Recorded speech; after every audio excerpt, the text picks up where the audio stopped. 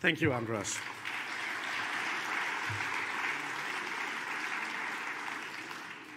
Meine Damen und Herren, dear ladies and gentlemen, excellencies, hello everyone, also on our video stream anywhere. So, as Andras mentioned, this is part also not only of the International Summer Festival here at Kampnagel, which is a great festival, but also part of this year's Bucerius Summer School on Global Governance. And our speaker for tonight, he needs no introduction. You know him all. His name is Rahul Gandhi. He is the president of the Indian National Congress. But, if I might say so, he is also an alumnus of the Bucerius Summer School on Global Governance.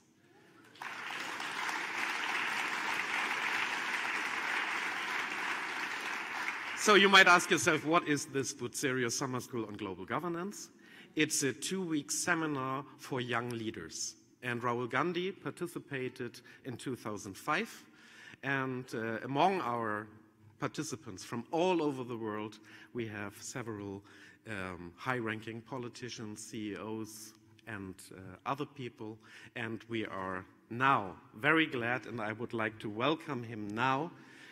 Welcome, Rahul Gandhi.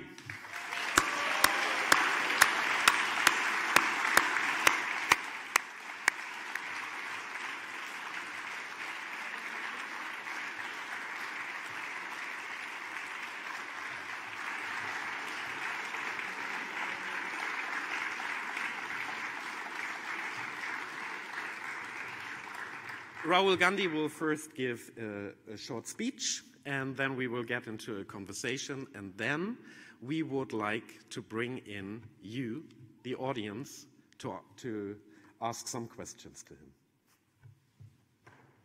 Thank you.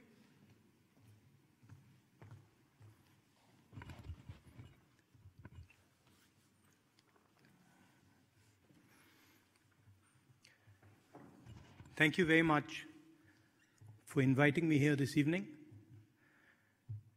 It's an honor for me to come.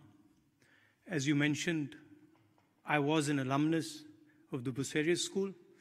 I spent a very nice time here in Hamburg. We learned quite a lot and had a lot of fun. So those were good days, and I'm happy to come back. I'm here to tell you a little bit about what is going on in my country and how that is relevant to the rest of the world. So I'd like to start around 70 years ago, when India was locked up in hundreds of thousands of villages. India was a rural country. People lived in a caste society, rigid rules. They aspired, but it was very difficult to move outside the village. For some of you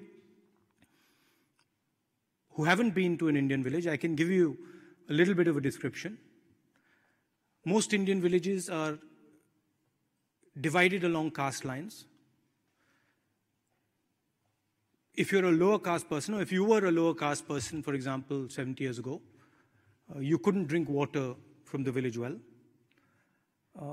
In certain spaces, certain villages, if your shadow fell on an upper caste person, the upper caste person would go and have a bath. And for all practical purposes, if you were from a lower caste or a backward caste, you pretty much had no mobility in the village. Forget about the country. 70 years ago, something beautiful happened in my country. We got independence, and we started a journey. A transition from a rural India to an urban India. A transition of imagination. A transition in the way India viewed itself, a transition in vision. An India which had not been moving for a long time, had been static, had been isolated, started to wake up.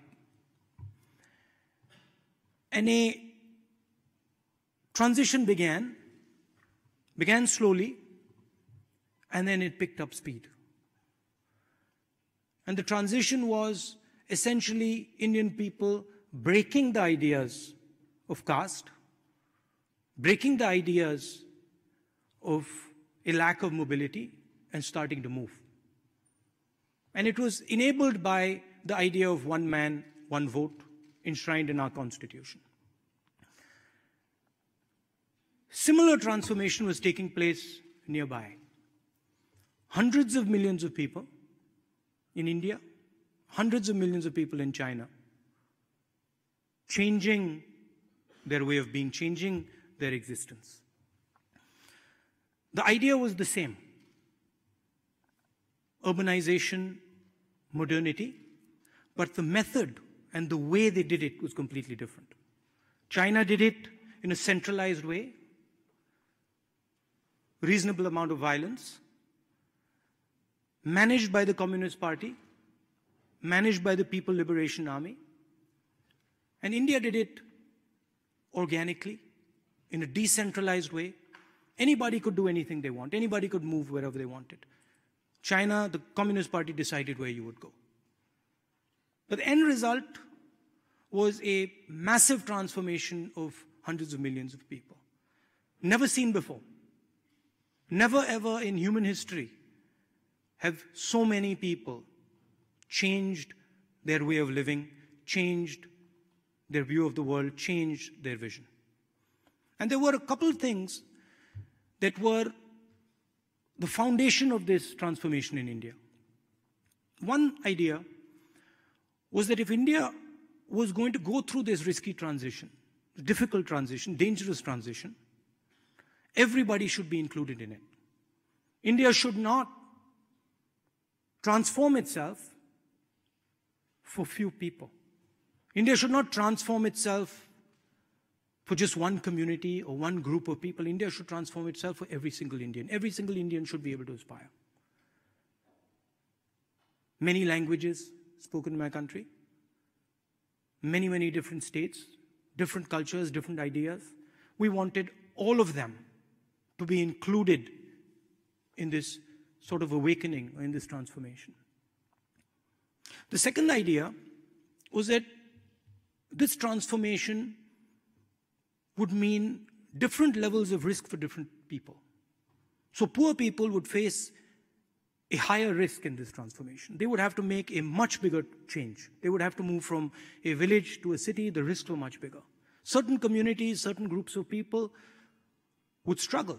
Certain groups of people would require a cushion, maybe some help. Dalit communities, lower caste communities, tribal communities, minorities. So the idea was that as we transformed, the government should support its people, should help its people smoothen this traumatic transition, this traumatic change. So the government, pretty much all governments, until the last one, this one, 2014, Narendra Modi government, followed these two ideas very, very strongly. So for example, poor country like India guarantees 100 days of work to all its poor people. It's called the Guaranteed Employment Scheme. You can be anybody, any religion, you can speak any language. If you live in India, you're a poor person, you get 100 days of guaranteed employment. Right to food. Every single Indian person has the right to food. The state helps give them food, doesn't allow them to go hungry. The right to information. Doesn't depend on your religion. Any Indian person can ask their government about what is going on. And I can take you back a few years, bank nationalization, designed to give credit to many more people. So these were two of the fundamental ideas that pretty much every single Indian government held true. which has now been attacked and to a great extent damaged by the government in power today. They do not feel that every single person in India should have access to the fruits of this transformation. They feel that tribal communities, poor farmers, Dalit communities, lower caste people, minorities should not get the same benefits that the elite of the country get. And our point is that the risk was everybody's. Everybody took the risk, and we feel everybody should get the reward. The other thing they've done is they've started attacking the support structures that were designed to help certain groups of people. Very recently, a law that protected the Dalit community from violence was scratched down. The right to food was weakened. The right to guaranteed employment weakened. And all the money that used to go into these schemes is now going into the hands of very few people, the largest corporates in the country. But that's not the only damage they've done. There's something much more significant and dangerous that the government has done. This transition that took place on an informal economy, took place on the back of millions of small and medium businesses that allowed people from the villages to come to the cities, to do a job for a couple months, and then go back to the village. They acted like a shock absorber. A couple of years back, the Prime Minister demonetized the Indian economy. He basically said that 1,000 rupee and 500 rupee notes would be worthless. And he destroyed the cash flows of all these small and medium businesses.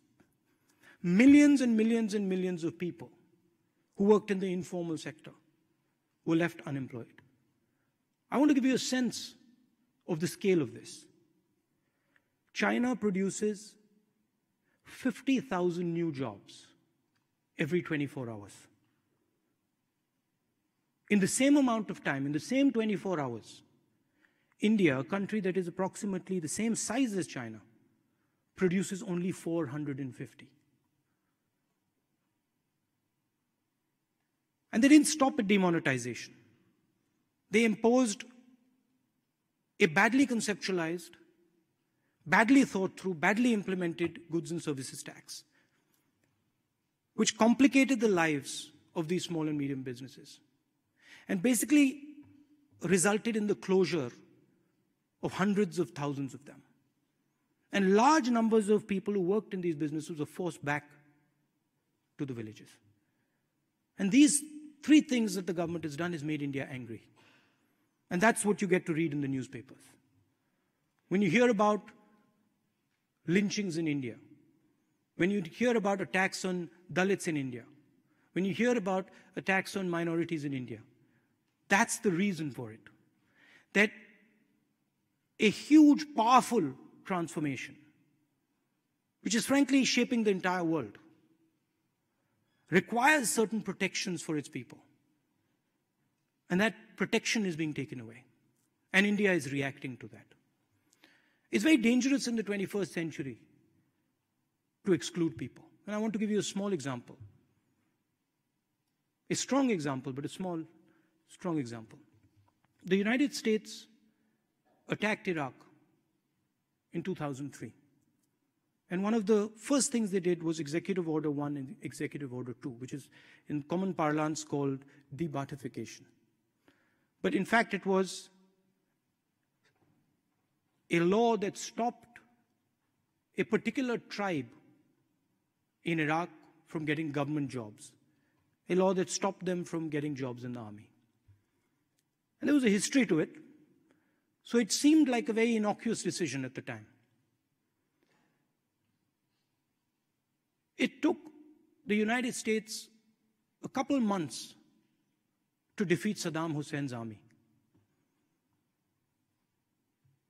Hardly any Americans died. Very limited number of soldiers died. few months after the invasion, the network that was excluded from jobs in Iraq, the Tikriti tribal network, linked up with the cell phone network in Iraq and with the network of artillery shells that were left in the villages.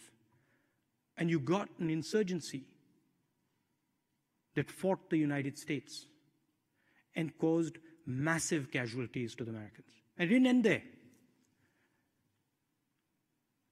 That insurgency slowly entered empty spaces. It entered the empty space in Iraq. It entered the empty space in Syria. And then it connected with the global internet to form the horrific idea called ISIS. And I'm explaining this because if you don't give people a vision in the 21st century, somebody else will give them one. And that is the real risk of excluding large numbers of people from our development processes. Every country faces this risk. If you don't embrace people, if you don't give people a vision, somebody else is going to do it. And that vision might not be a vision that is good for you or good for the world. I want to end by telling you about a conversation I had many years ago with the ex-Defense Secretary, Robert McNamara, which has stayed in my mind. He had come to India and I asked him, what was your experience in the Vietnam War? What was your takeaway from the Vietnam War? And he said to me, Rahul, during the war we used to talk to the Vietnamese. I used to talk to the Vietnamese generals. And we spent a lot of time talking to them. But we never listened to each other. It was only after the war, when I met those same generals, that I realized that what they were telling us was not what we were hearing. And what we were telling them was not what they were hearing. And he said that I wish that we had listened to them during the war. We would have saved many, many lives. And I think that's what is important in the 21st century. You can disagree with somebody, but in a connected world, you have to listen to what they're saying, where they're coming from. As I said recently, hate is a choice. I can fight you, I can take you on, I can compete with you, but hating you is something that I actively have to choose to do. And I think hate is a dangerous thing in a connected world.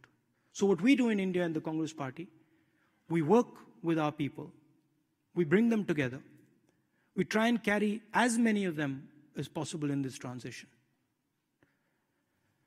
And we find that when you actually go and listen to people, and they might be very different than you, they might have a different cultural background than you, they might speak a different language.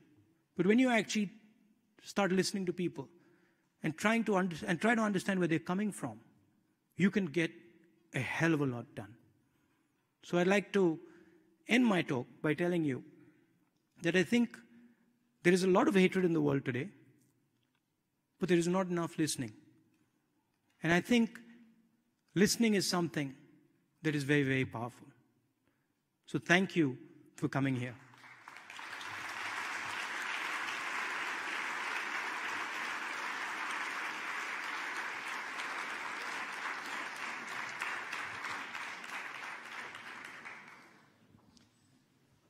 Thank you so much.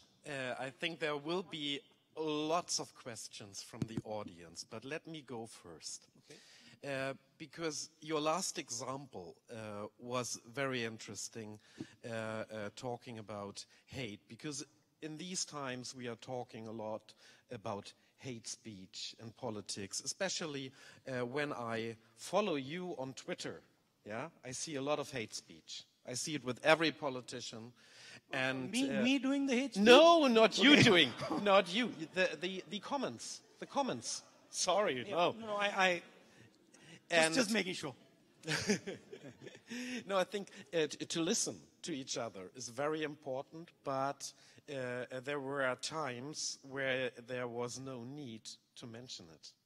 And also, I remember some weeks ago, there was a discussion in the Indian parliament where were you making slightly the same point in the debate about that not only fighting against hate is important, but also love. And at the end of the debate, you went over to Prime Minister Modi and you hugged him. Yeah, because... And maybe you would like to comment on that. No, it's, you see, non-violence in India is a foundational philosophy. It's a foundational philosophy of our nationhood. It's a foundational philosophy of our entire history. That's the essence of being Indian, is to be non-violent.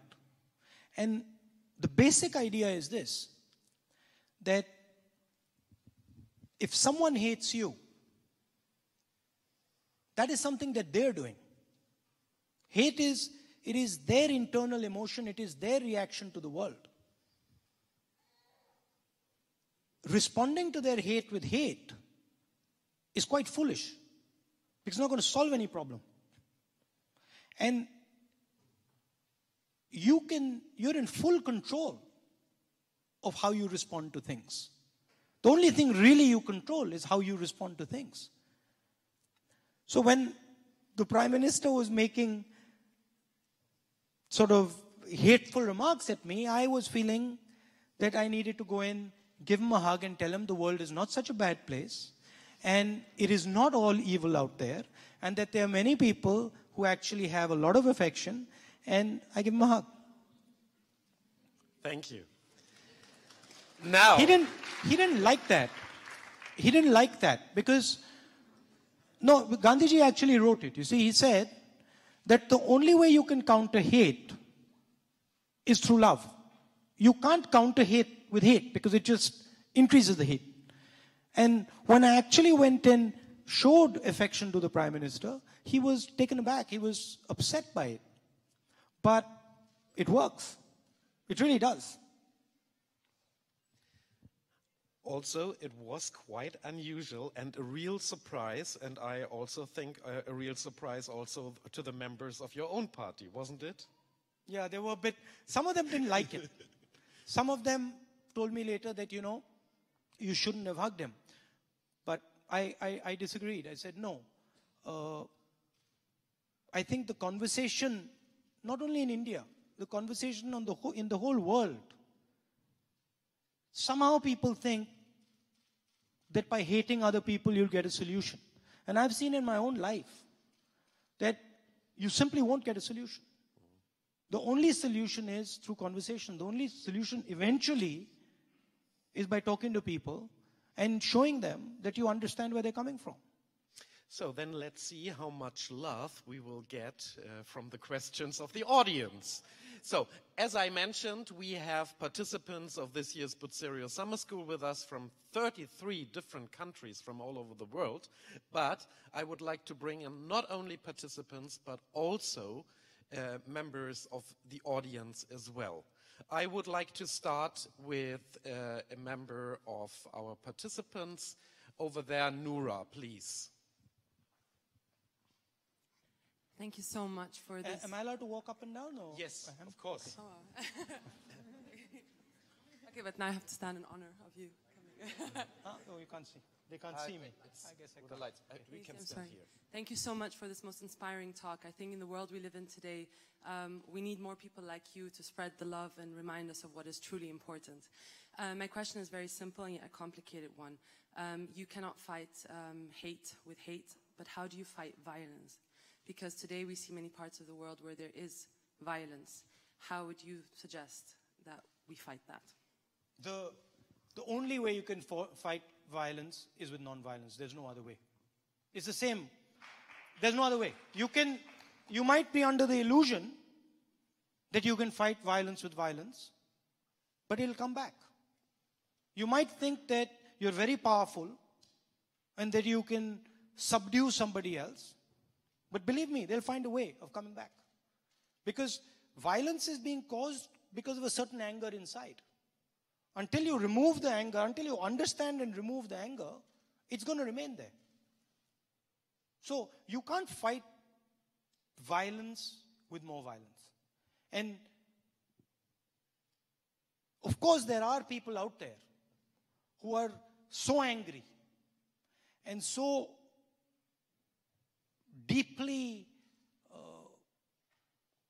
infected by hatred that it'll take a huge effort.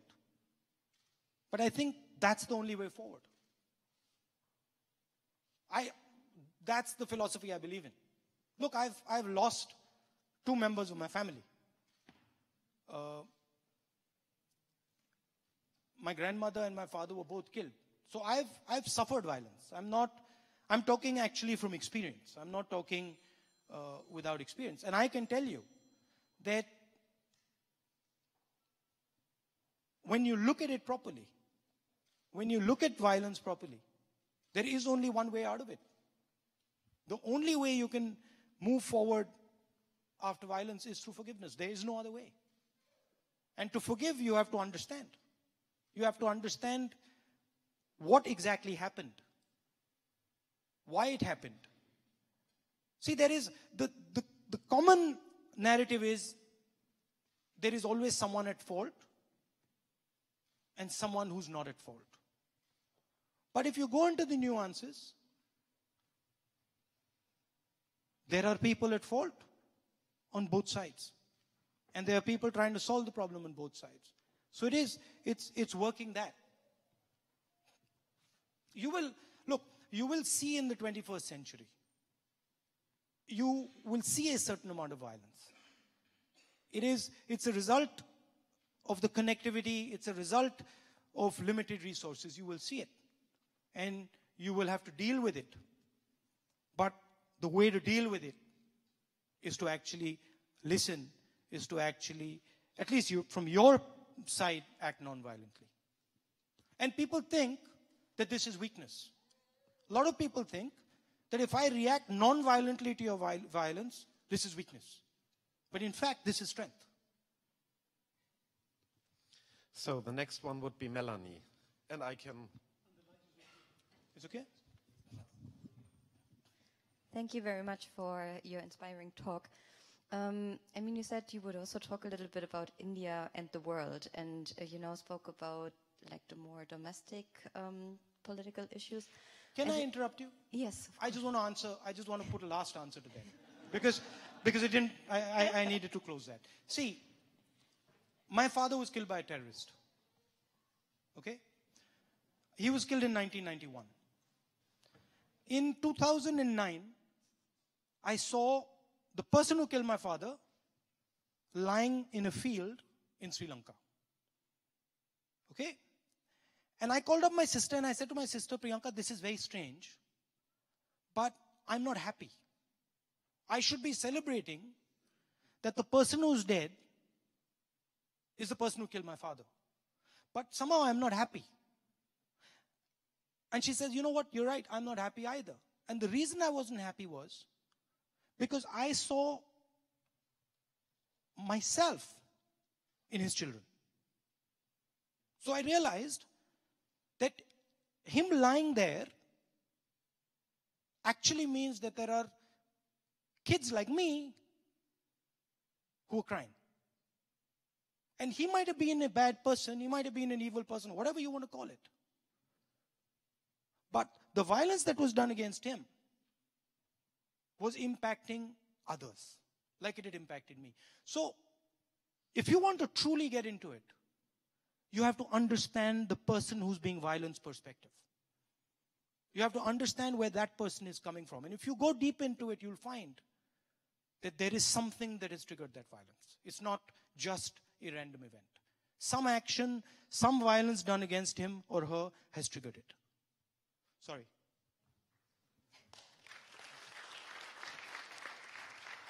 Sorry about that. No, I have to apologize because I will change the subject now completely. Yeah, coming from a very personal experience, even though it's not so personal, I would say. to a more global question. I mean, in the past 2 weeks, we spoke a lot about the future of the liberal world order and who are the allies on a global level. And I mean, you've also attended Bucerius summer school, so I mean, I think you're very well aware of what we could have debated about. I have the notebook. I still have the notebook. Yeah. So where do you see India's role in the future when it comes to international relations? I mean, it's part of the BRICS countries and at the same time part of the IPSA countries, like the more democratic emerging markets. And I'm not so sure about which role India is going to play in the future. And I mean, from your party perspective, what role would you want India to play in the future? I think there are a couple of potential visions out there. There is a American vision. There is a European vision. There is a Chinese vision. There is an Indian vision. There is a Islamic State vision. I mean, there are a bunch of visions that are competing. India has a relationship, strategic relationship with the United States. And India has a very deep set of ideas that we share with them. Democracy, freedom, etc. But India cannot ignore the fact that China is growing extremely fast and is going to shape the planet. So to me, India's role is actually to balance these two forces, much like Europe's. I think what would be the worst thing that could happen is that the Chinese and the United States get into a conflict. And I think that would be the absolute worst for the entire planet. And I think the Europeans and the Indians, because of their design, because of our design, are very well positioned to make sure that that conflict doesn't happen. From an Indian perspective, there are certain values like nonviolence, like compassion, like listening, that are going to become increasingly more important in the 21st century. You could get away in the 20th century by not listening to people, by using massive amounts of force against people. You can't do it in the 21st century because they will find a way to get back to you. So I think there are certain values that India brings to the table that are unique, and I think a lot of them were espoused by Mahatma Gandhi. They spread to South Africa, Mr. Mandela with Mr. King, Martin Luther King. So there is a very strong set of ideas that India brings to the table. But I think India's role and Europe's role would be one of balancing the narrative. You mentioned the US, so I would like to bring in a voice from the US, David. Thank you. I just want to follow up on that question and maybe press you a little bit on your answer to the last question, because in America, there's been a big shift in talking about the Asia-Pacific to now the Indo-Asia-Pacific. And clearly the wager that the Trump administration is making and that people in security circles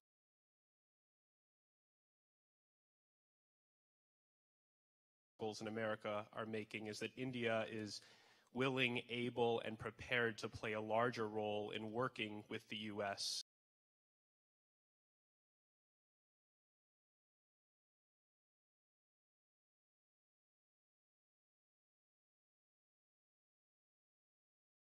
in Asia. But it sounds to me, based on your last answer, that India views itself as more of an honest broker or a balancer between the United States and China. So is India going to go between the two, or is it willing to play a more active role with the United States, Australia, Japan, and others to uphold the liberal order in Asia? I mean, frankly, India is going to do what's in its self-interest, okay? But India has a relationship with the United States, and India shares a certain set of values with the United States.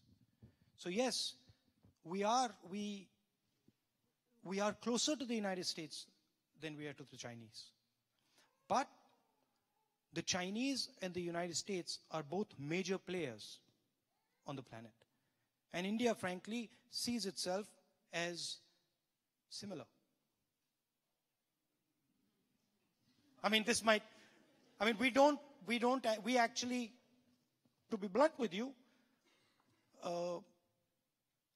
someone asked an Indian leader, do you lean left or do you lean right? And she responded, no, we stand straight. So I think that's really the answer. What is in India's interest is what India will do. But we have a very good friendship with the United States. I think we have time for 3 or 4 more questions.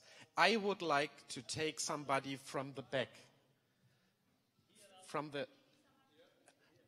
First from the back and then there.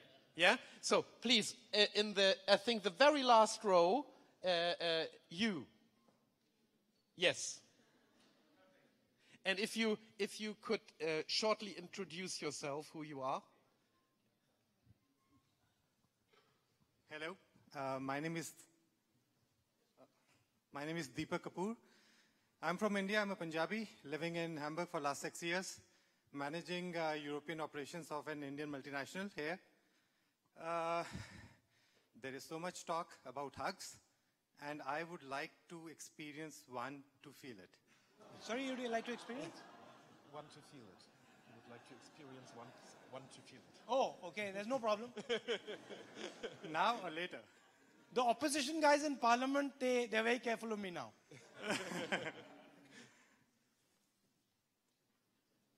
So that was... Sure, you come ahead. Okay, come down, no perfect, problem. thank you. I have no issue. If it makes you happy, it makes me happy. I promise to bring in you. Yeah.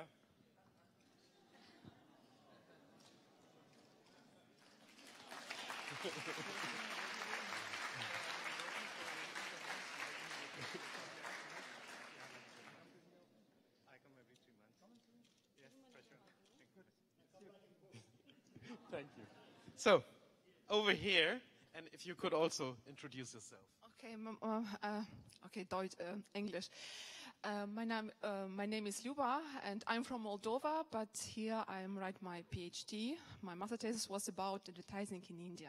Now it's about advertising in India. And I have also advertising, yes. And it's a big pleasure to see you live because I wrote also about you and your family.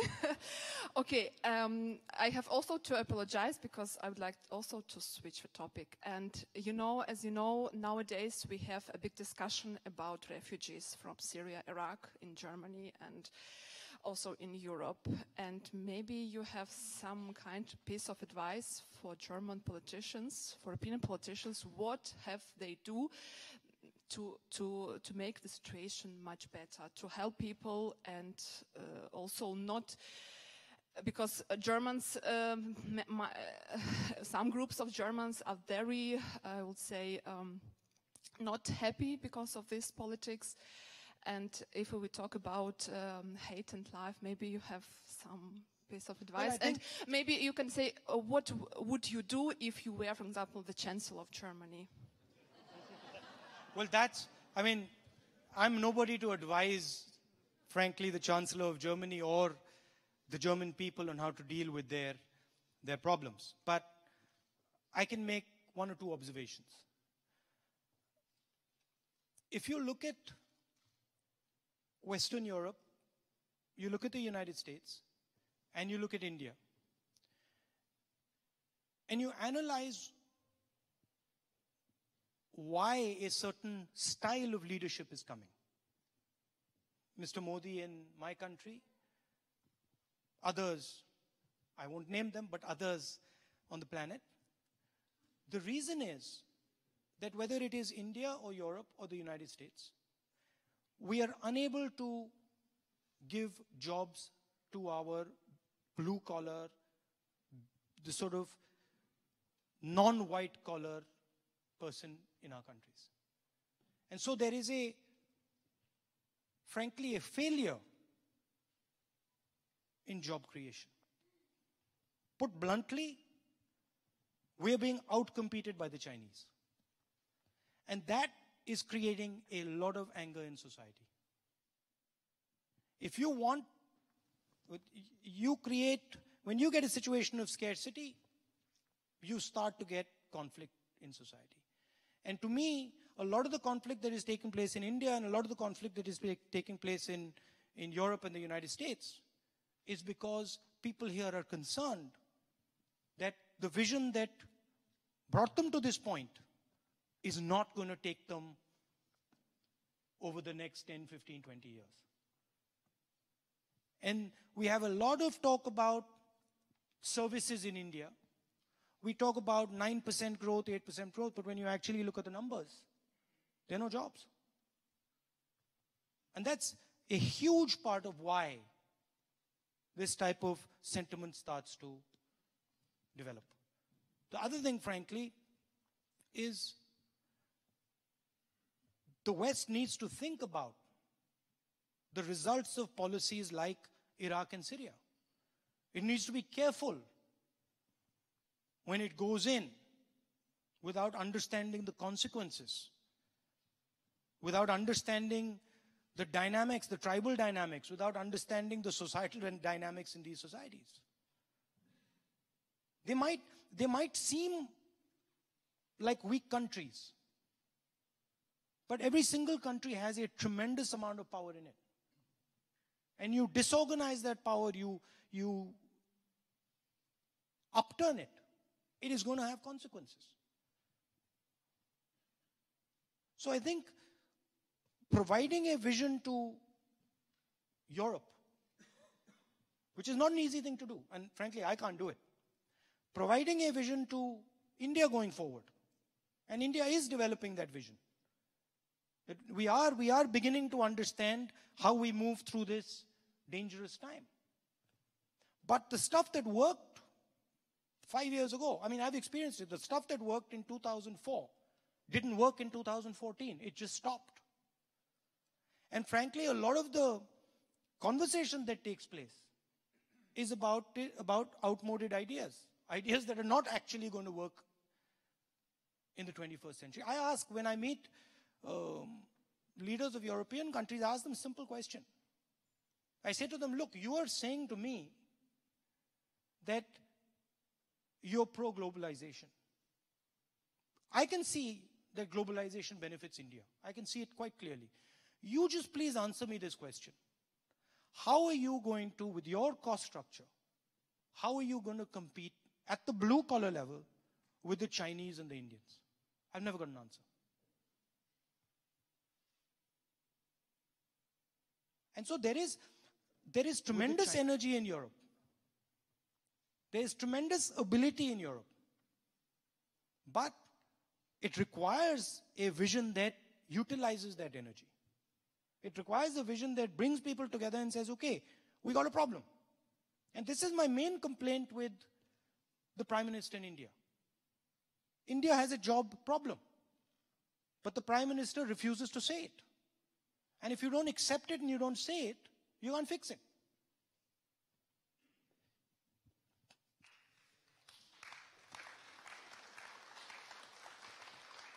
First of all, I apologize in advance. I think half of the audience wants to ask you a question.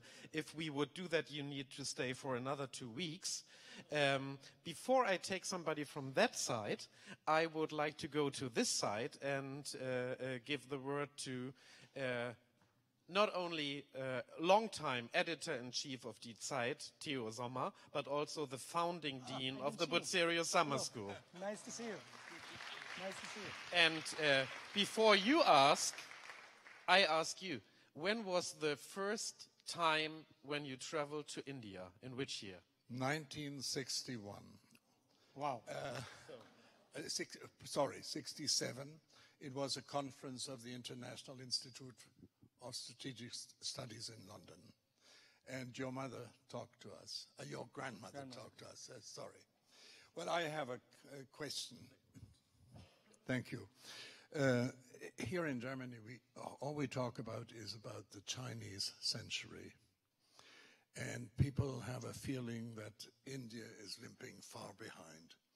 So my first question is, are you catching up? And when will you have caught up? And my second question, What do you see for the future? There are problems between India and China. You have border skirmishes all the time. What is the line? Is it communication, cooperation, coexistence, or is it going to be confrontation and conflict? Thank you. I don't think, well, I hope it isn't conflict. Because a conflict between India and China, or a conflict between China and the United States, is something that not only India, but I don't think the world can afford that. So I don't think it's going to be conflict. I think it's going to be a mix of the other things that you said. I think it's going to be strategy. It's going to be cooperation sometimes. It's going to be pushing back other times. So I think you're going to get a mix of that. The other idea that you said, who's winning the race? Now, this makes it sound that there's one thing that we're racing towards. But that's not how it really is. Because frankly, we have a completely different vision of ourselves than the Chinese do.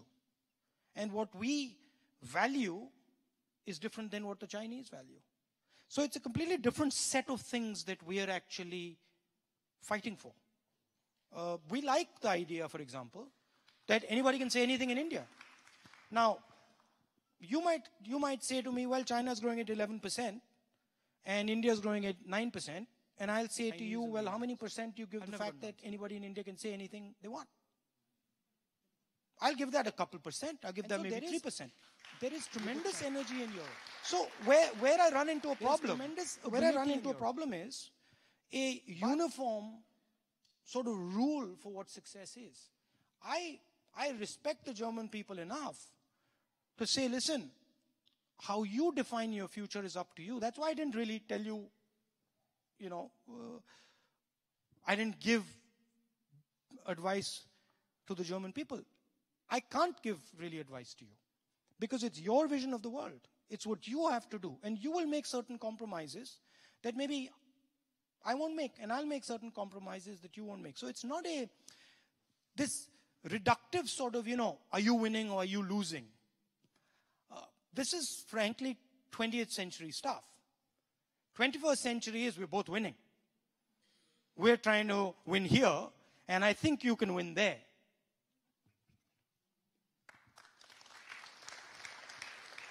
We will take a question from this side. Yes, and if you could introduce yourself briefly. Hi, I'm Sanika, and I'm studying a master's program here. I'm doing journalism. I'm also doing my master's. I understand that this is about global governance, and I'm supposed to probably ask something related to that. But my question is a little more towards introspecting about India from your thoughts. I'm doing my master's thesis on the Me Too movement, and I'm sure you must have heard about it or know about it. So I'm wondering what your thoughts are about women's safety in India, because recently there was a quite critically challenged piece on Reuters about how India is probably one of the most unsafe countries for women in India, in the world. And I was wondering what your thoughts about this topic was. I would disagree with the idea that India is the most unsafe place for women, but I would agree with the idea that the treatment of women in India leaves a lot to be desired. I think there is a huge amount of violence against women in India. A lot of it is visible, a lot of it is on the street. Huge amount of it is invisible, you never see it. It happens in houses. Women never talk about it.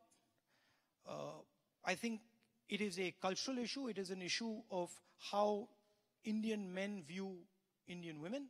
And I think it requires a huge amount of work to fix that problem. That's one component of it. The other component of it is that the level of violence in India for the reasons I explained earlier, is increasing. And whenever the levels of violence increase, the people who are weakest bear the biggest brunt. So the fact that violence is increasing dramatically in India, women are actually getting a huge share of it.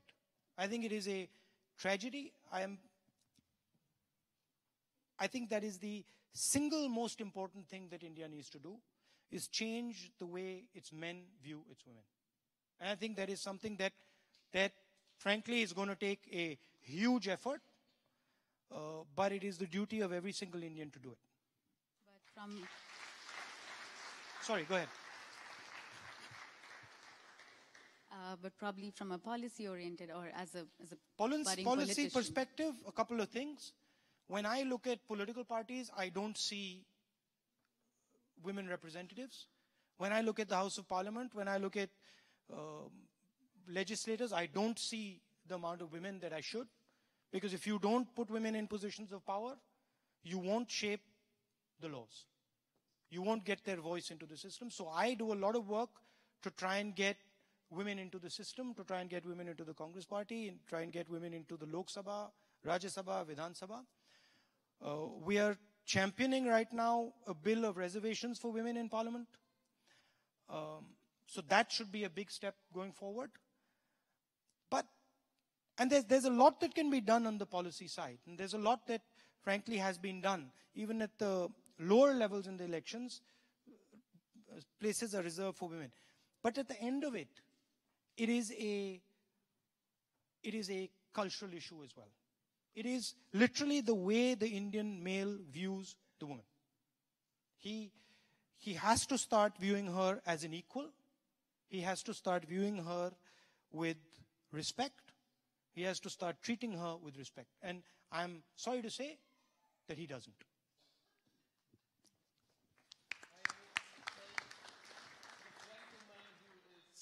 There, right? You?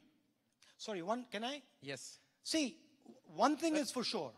Can we get that the mic over there? You simply cannot build a successful country if you do not involve its women in building it. And that there, if you ask me, where, you said, are you winning the race? That's a race I'd really like to win. I'd give that a lot of weight. So now the mic is over there. Good evening, Mr. Gandhi. Good evening. My name is Richard Mantosh. I'm a lawyer from Kolkata originally. I'm studying my master's degree in law in Hamburg at present. So I had a very simple question. I've been trying to come up with intelligent questions, but the fact that you did already mention about China filling 50,000 jobs a day versus India filling 450 jobs a day. If next year, inevitably, the elections will have results next year, and your party is the largest party and will form the government, would you, as the president of your party or the leader in Lok Sabha, would you speak about population control in India? Because India's population is going up. It's not being controlled. There is no population control. There's no family control measures. People are speaking about Swachh Bharat. There's a lot of talk going on, but nobody's walking the talk. So would you do that next year, sir? Well, couple of things when you break down the issue of population. What you notice is that in the states that are doing well, population growth is stabilizing on its own. It is the states which are not doing well economically, which are Uttar Pradesh, Bihar, Madhya Pradesh, where population is an issue. Second thing is, I don't view it so much as population. I view it much more as productive people. I don't have a problem with 1.3 billion people if they're educated and if they're in the workforce. I do have a problem if they're not educated and they're not in the workforce. They're not connected to the global economy. So I don't subscribe to the idea of the sort of harsh population measures that the Chinese did. I'm much more laissez-faire when it comes to these things. On the jobs, I'll give you 2 minutes. Jobs are only going to be created in India through small and medium businesses. And if you look at the amount of money that our small and medium businesses get, you look at the amount of support our small and medium businesses get from the banking system, from the political system, it is minuscule compared to the amount of support that the top 15, 20 businesses get. So if you want to start competing with China and India, if you want to start competing and start creating jobs in India, you have to look towards small and medium businesses. And frankly, that's something that we can learn from the Germans, who have such a system and have shown the world that it can be extremely successful. Thank you. Thank you so much, Rahul Gandhi. Am I done? We are already much over time. Okay. And so thank you so much for this wonderful talk and discussion with the audience. And I am so sorry for the huge amount of people here that couldn't raise their questions. I'm really sorry, but as you see, our time is limited and there were so many others who wanted to speak. Sorry. Thank you. Thank you very much for giving me your time. It's been an honor. Good night.